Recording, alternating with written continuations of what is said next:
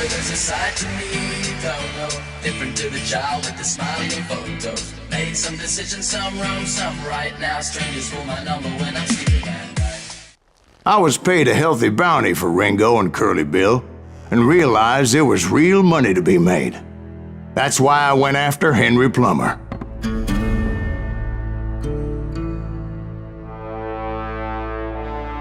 Wasn't he the sheriff who augmented his income by shaking down miners and robbing gold shipments? That's the one.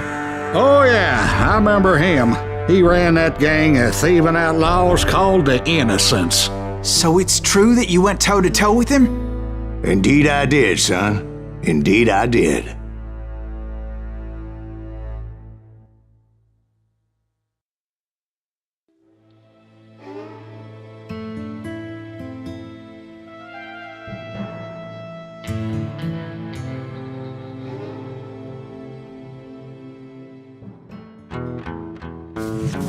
I knew I needed resources if I was going to track down Roscoe Bob Bryant, and hunting Plummer looked like a good way to get rich quick. As the local vigilantes exposed him as the leader of the bandits, and put a generous price on his head. Plummer rallied his gang to plunder one last gold mine before making their escape, and that's where I thought I'd find him. Why would you be nervous? No one has the cojones to come after us. As long as you don't... As my late father pointed out to me more than once, God made men, but Samuel Colt made them equal.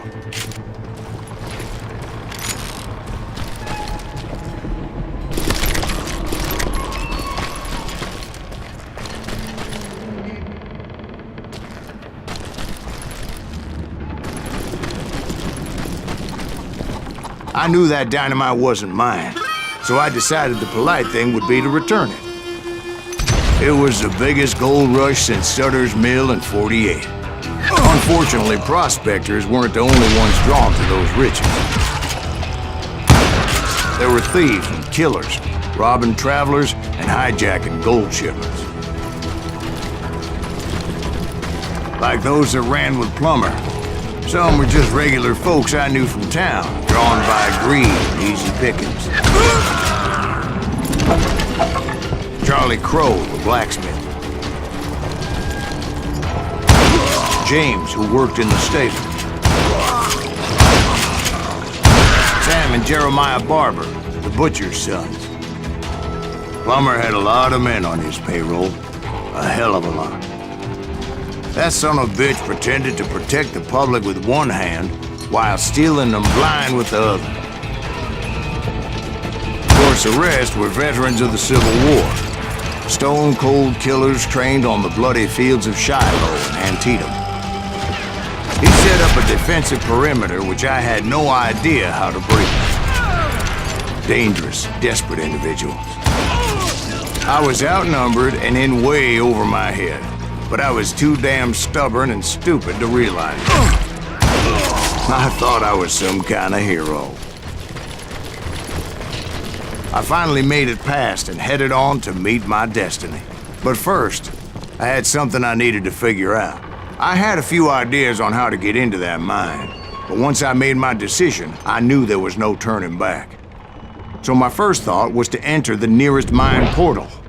I saw an entrance. Made sense. Let's do this! It was the quickest way in, but that also made it more dangerous. This is our goal. As there would undoubtedly be enemy pickets posted along the way.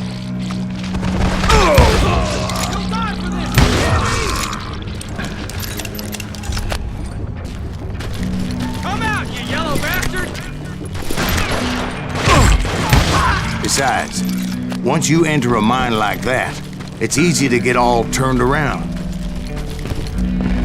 And that confusing maze of corridors wouldn't even be the worst of it. Some of those shafts could be as deep as hell.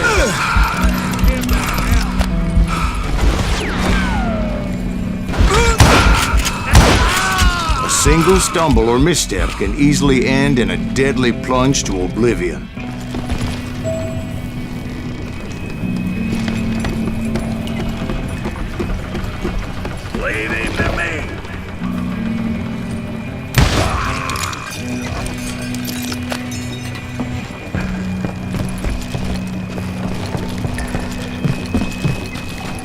quick reflexes often make up for a lack of common sense.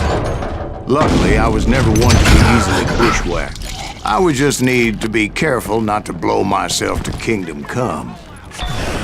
With all that gunpowder and dynamite everywhere, a body has to know what he's shooting at.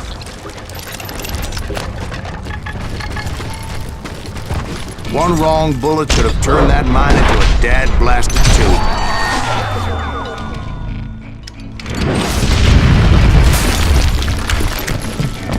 I freely admit that my plan of attack was not just moronic, but clearly insane.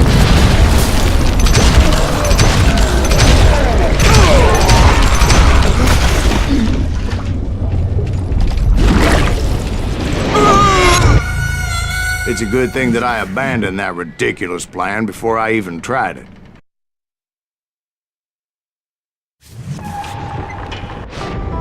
Instead, I spotted a ladder, way into the mine from the opposite side.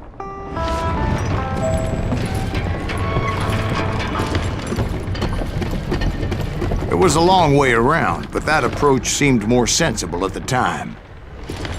Of course, being I had a problem with heights, that scaffolding scared the bejesus out of me. Climbing down that ladder required some caution, because even though I had a younger man's reflexes, no man can dodge a damn bullet while climbing down a rickety ladder.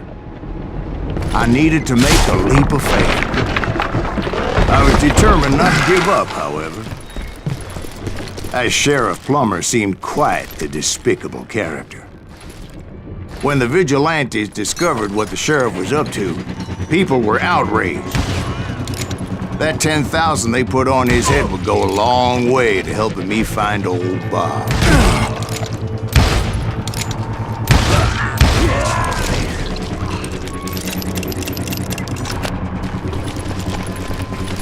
I had made it my mission to settle that score come hell or high water.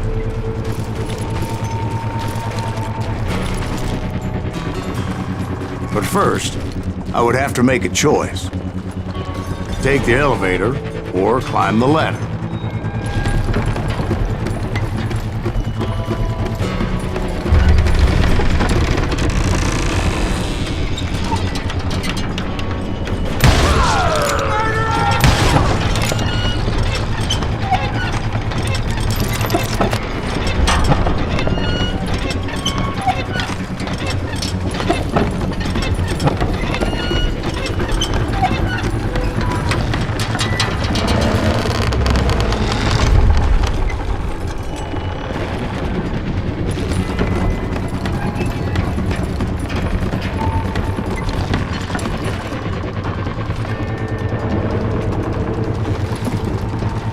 Plummer was a mad dog killer, and the people of Nevada City deserved better. Nevada City? Well, I thought Plummer met his maker in Bannock, Montana. Right, well, he was the sheriff of both places at one time or another, but that's neither here nor there.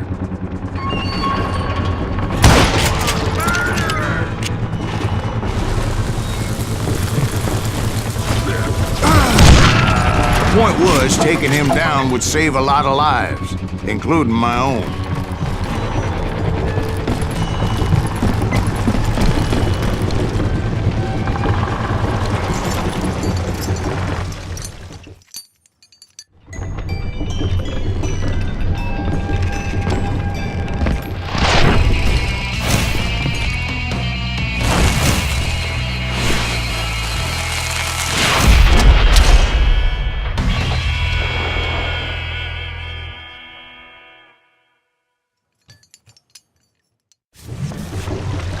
Gonna blow you into next week! This day is just getting worse and worse for you, ain't it?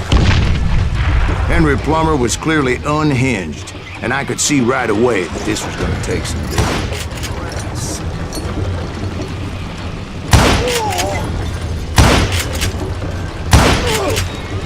Rookie shot! You ain't taking me!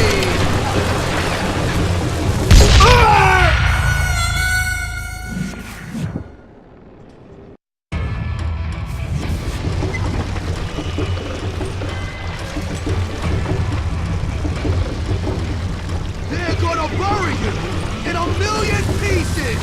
I can shoot too!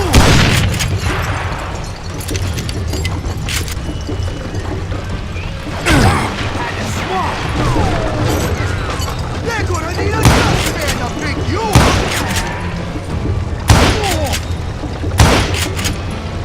Blow your shit up! Ooh! Why don't you just join the nose? You can shoot, but can you aim?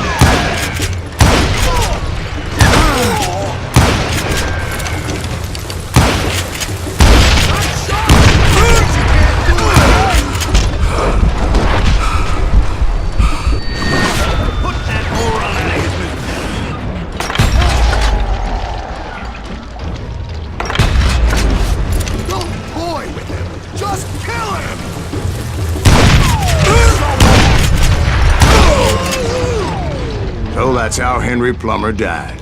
Him and his crew were worth their weight in gold. And now, I was officially a bounty hunter.